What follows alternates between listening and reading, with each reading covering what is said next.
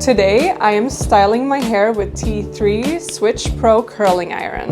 What I love with this curling iron is that it has 3 different sized barrels. You can change between the 1 inch, 1.25 and 1.5. I'm gonna use the 1.25 inch today, which is my go-to when I curl hair extensions. It gives you those soft but nice luxury curly waves. So this is the base of the curling iron, and you just pop on the barrel and you lock it in and you turn it on.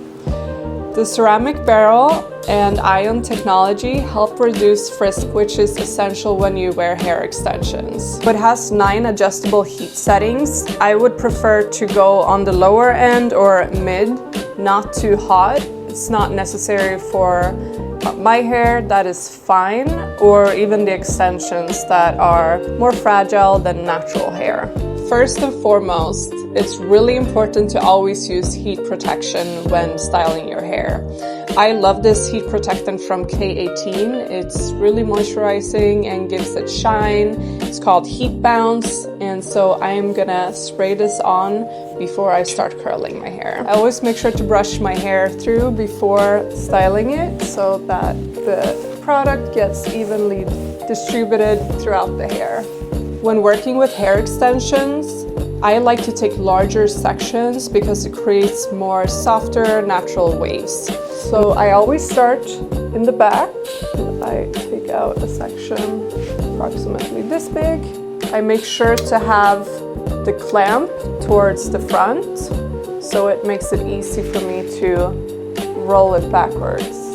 And as I roll, I slightly open it and move it out, and then I roll it up. I like to tap the hair when it's rolled up. Once I feel like it's hot all the way through, I will gently release the curl.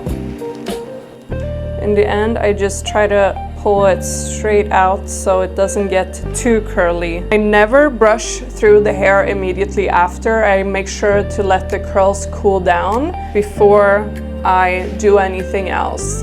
That's gonna make the curls last the longest. When I curl hair, I prefer for myself to curl everything away from the face and have everything going in the same direction. That's gonna create more of a luxurious flow to it, more of a blowout look rather than curly.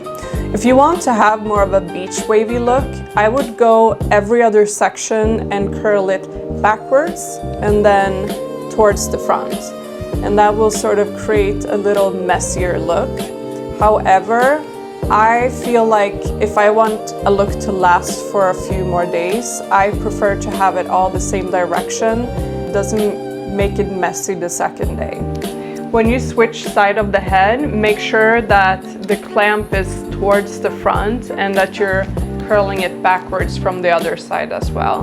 What I also love with T3's curling irons is that their barrels are extra long, which makes it so much easier to curl hair extensions, especially when they are on the longer side, like mine, 24 inches.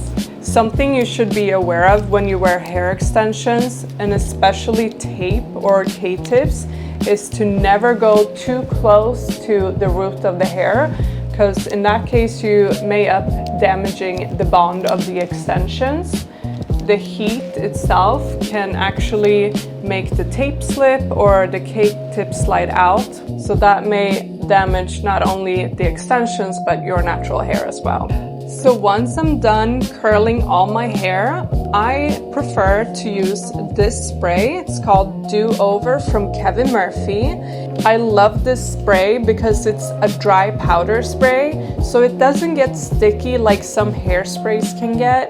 I feel like it resembles sort of a dry shampoo mixed with a hairspray, and that creates the perfect texture, and it's gonna last long and it builds volume in your hair. Once I've sprayed my hair, I let it sit for a few seconds, and then I use a wide tooth comb to brush out my curls. When you use the right products, you don't have to be scared to really get in there and brush. It's gonna hold the curls really well. Use it Nice separation and perfect movement.